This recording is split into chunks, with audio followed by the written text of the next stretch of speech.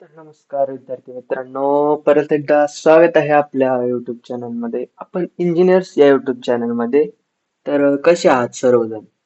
तर आज जे आहे सीईटी सेलची वॅकंट लिस्ट जी लागणार होती कॅपराऊंड 2 साठीची, ती आपण चेक करणार आहोत. बी टेक वरती आल्यानंतर इथे इन्स्टिट्यूट वाईज अलॉटमेंट लिस्ट, म्हणजे अजून जे आहे ते यांनी लिस्ट लावलेली नाही. ती लिस्ट कदाचित 7च्या नंतर लागण्याची शक्यता आहे.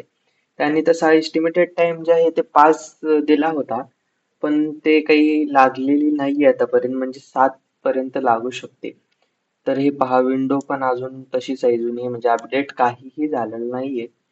आणि ते आपण इथे पण न्यूज मध्ये पण चेक करू शकतात.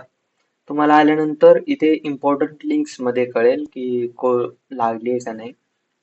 आणि एक महत्वाची गोष्ट, ती लिस्ट लागल्यानंतर तुमच्याकडे आता वेळ खूप कमी आहे, कारण ती लिस्ट आज लागणार आहे आणि माहित नाही ती केव्हा लागेल. ती लागल्यानंतर तुम्हाला उद्यापासून कॅपराऊंड भरायचा, हे फॉर्म हे चालू होणार आहेत.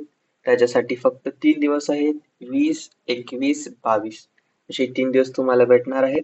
तर तुम्ही काय करायचं आहे, ती लिस्ट लागल्या मी तुम्हाला तसं अनाऊन्स करेन. ते अनाऊन्स झाल्यानंतर तुम्हाला कोणत्या कॉलेजमध्ये किती वॅकंट जागा आहेत हे चेक करायचं आहे, आणि कोणत्या ब्रांच साठी हे इम्पॉर्टंट आहे. कोणत्या ब्रांच साठी किती जागा इम्पॉर्टंट, म्हणजे रिकामे आहेत ते आपण चेक करायचं आहे.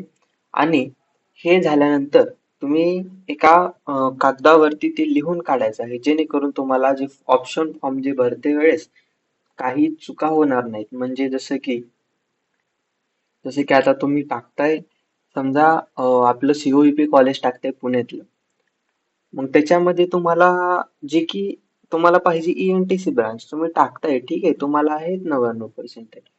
पण काय फायदा की तिथं जागाच नाही. तर तिथं जागाच नाहीये, तुम्ही तेच कॉलेज टाकला आणि मग तुम्ही खुश झालाय की मला तेच कॉलेज भेटेल. काय फायदा, पण ते जागाच नाहीये तिथं.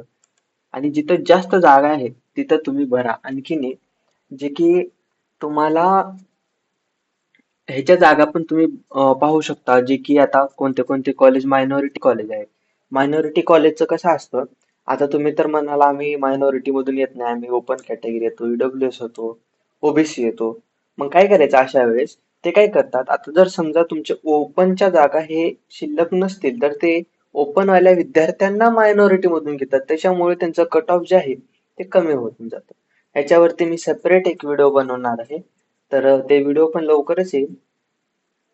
आशा आहे की तुम्ही चॅनलला सबस्क्राईब केला असेल आणि तुम्हाला व्हिडिओ आवडत असतील. काही जर अडचण असेल तर ते डिस्क्रिप्शन बॉक्समध्ये किंवा कमेंट बॉक्समध्ये तुम्ही कळवा. आणि व्हॉट्सअपचा नंबर आणि व्हॉट्सअपचा ग्रुप डिस्क्रिप्शन बॉक्समध्ये दिला जाईल, ते तुम्ही नक्की जॉईन करा. धन्यवाद.